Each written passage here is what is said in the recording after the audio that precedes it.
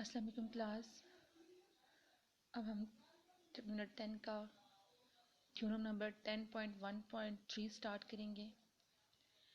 इसमें भी हमारे पास, क्योंकि चैप्टर का नाम ही कॉन्ग्रुएंट ट्रायंगल है, तो इट्स मीन जो कंप्लीट चैप्टर है वो जो बेस है वो कॉन्ग्रुएंट ट्रायंगल पे कर रहा है कि आपने ट्रायंगल्स को आपस में कॉन्ग्रुएंट प्रूव करना है।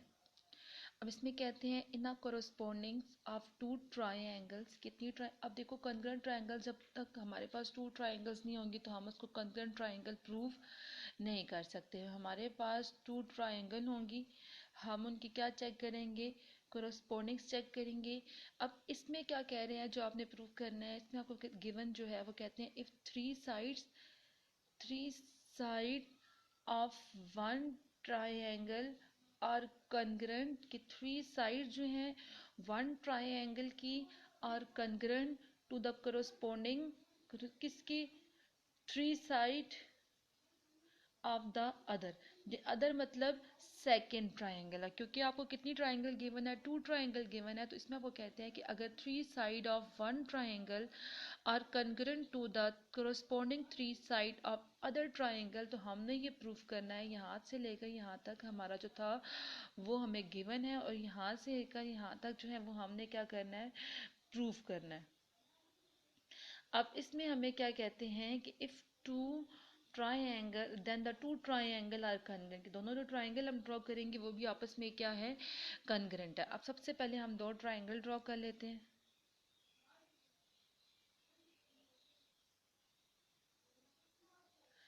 इसको मैंने नेम दे दिया ए बी सी, क्योंकि दो ट्रायंगल की बात हो रही तो अब यहाँ पे हम सेकेंड ट्रायंगल ड्रॉ करेंगे,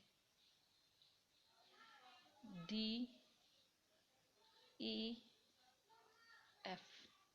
अब यहाँ पे हम सबसे पहले हमने उन्होंने क्या कहा है, इन अ कोरोस्पोंडिंग ऑफ टू ट्रायंगल, तो हम यहाँ पे क्या लिखेंगे, हम कोरोस्पोंडिंग चेक कर रहे हैं ट्रायंगल ए बी सी की, किसके साथ चेक कर रहे हैं, ट्रायंगल डी ई एफ के साथ। ठीक है।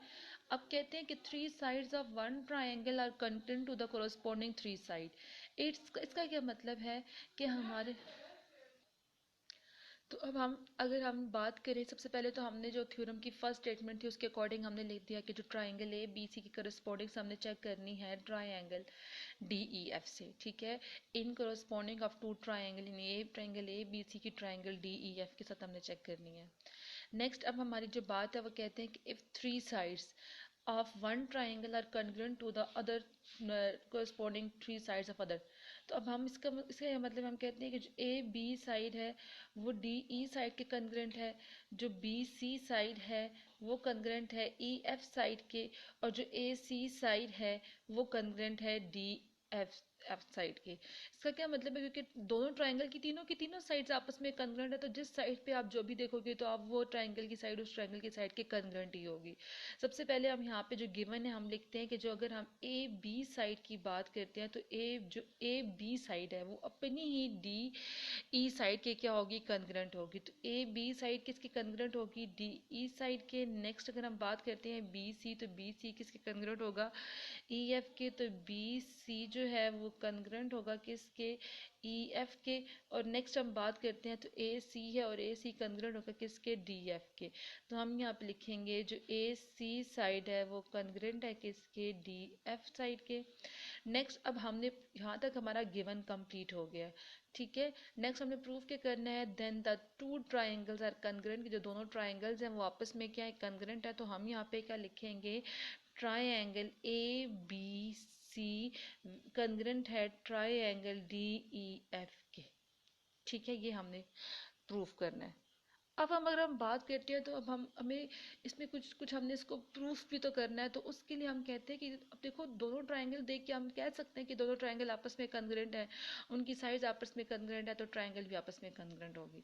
अब इसको प्रूफ करने के लिए हम इसमें एक और ट्रायंगल बनाएंगे। जैसे हमने फर्स्ट थ्योरम में किया था कि ये साइड इस साइड के कॉन्ग्रुएंट नहीं है, तो हम कहते हैं कि हम एक और ट्रायंगल ड्रॉ करते हैं और उस ट्रायंगल के बारे में हम कहते हैं कि ये ट्रायंगल इस ट्रायंगल के कॉन्ग्रुएंट है। और फिर हमने कहा था कि ये तब भी पॉसिबल है जो हमने लास्ट टाइम थ्योरम में किया था,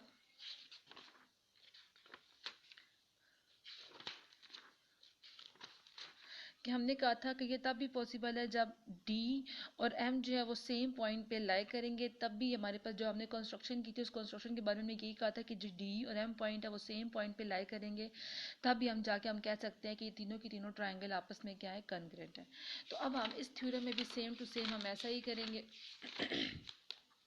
हम कंस्ट्रक्शन में हम लोग कहते हैं कि हम सपोज कर लेते हैं कि जो डी ई एफ ट्राइंगल है और उसकी जो साइड ई एफ है वो बाकी जो साइड्स के क्या इक्वल नहीं है, ठीक है, is not similar then any other the remaining two side. ये जो ई एफ साइड है ये इन दोनों साइड्स के क्या है, इक्वल नहीं है। तो हम इसको पहले सपोज जो हम कर रहे हैं हम यहाँ पे लिखेंगे, हम क्या सपोज कर रहे हैं,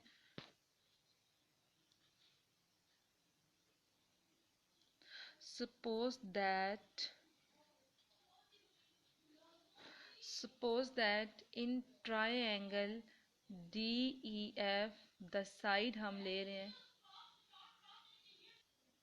suppose that in triangle DEF the side EF is not smaller, कि वो जो साइड है वो स्मॉल नहीं है, then any of the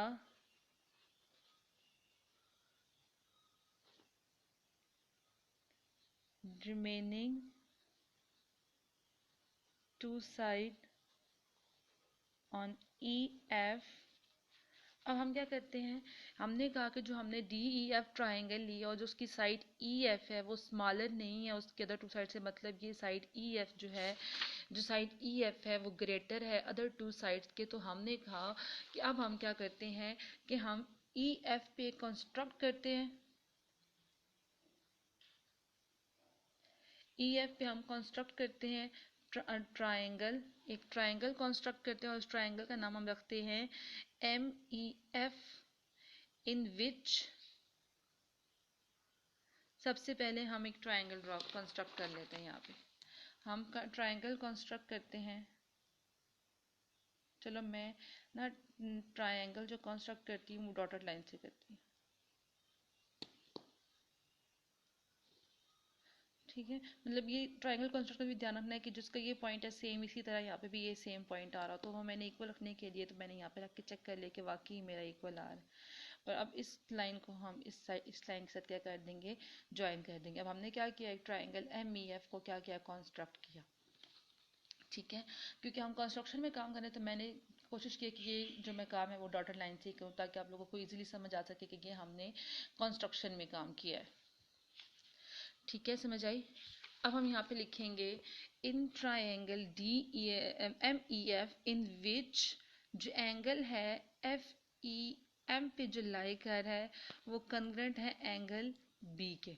मतलब कि जो हमारे पास इस पॉइंट को हम नाम दे देते हैं एम का, ये जो हमारे पास एंगल एफ ई एम है, मतलब ई पे जो बनने वाला एंगल है वो एंगल बी के क्या है, कॉन्ग्रुएंट है।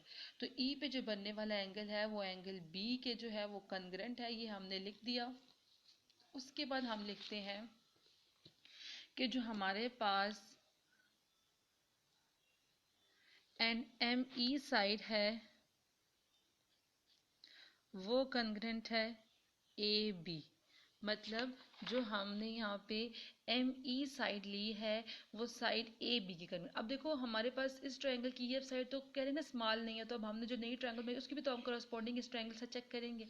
तो हमने कहा कि जो एम ई साइड है वो ए बी की हो जाएगी, फिर ए सी साइड एफ एम की हो जाएगी और बी सी तो ई एफ की कॉन्ग्रुएंट रहेगी।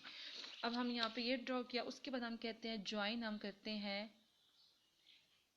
डी को, join D and M and name the angle या label the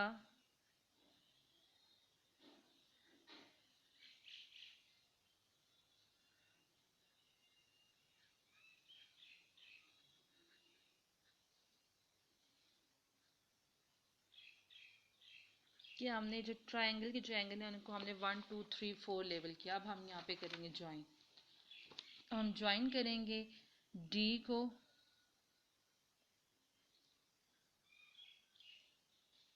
हमने डी को एम से ज्वाइन किया और हम एंगल्स के नेम देंगे।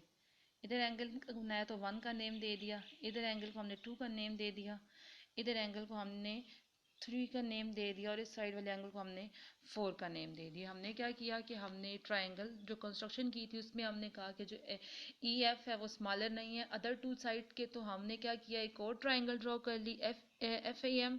उसके बारे में हमने कहा कि जो एफ ई एम पे हमने जो एंगल बना रहे हैं वो एंगल बी के कॉन्ग्रुएंट है, मतलब ई पे जो एंगल बन रहा है वो एंगल बी के कॉन्ग्रुएंट है। और उसके बाद हमने कहा कि जो ए बी साइड है वो साइड ई एम के कॉन्ग्रुएंट होगी।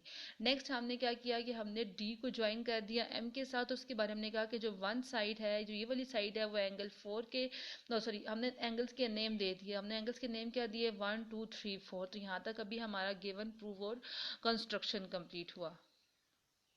अब हम जाएंगे अपने प्रूफ की तरफ।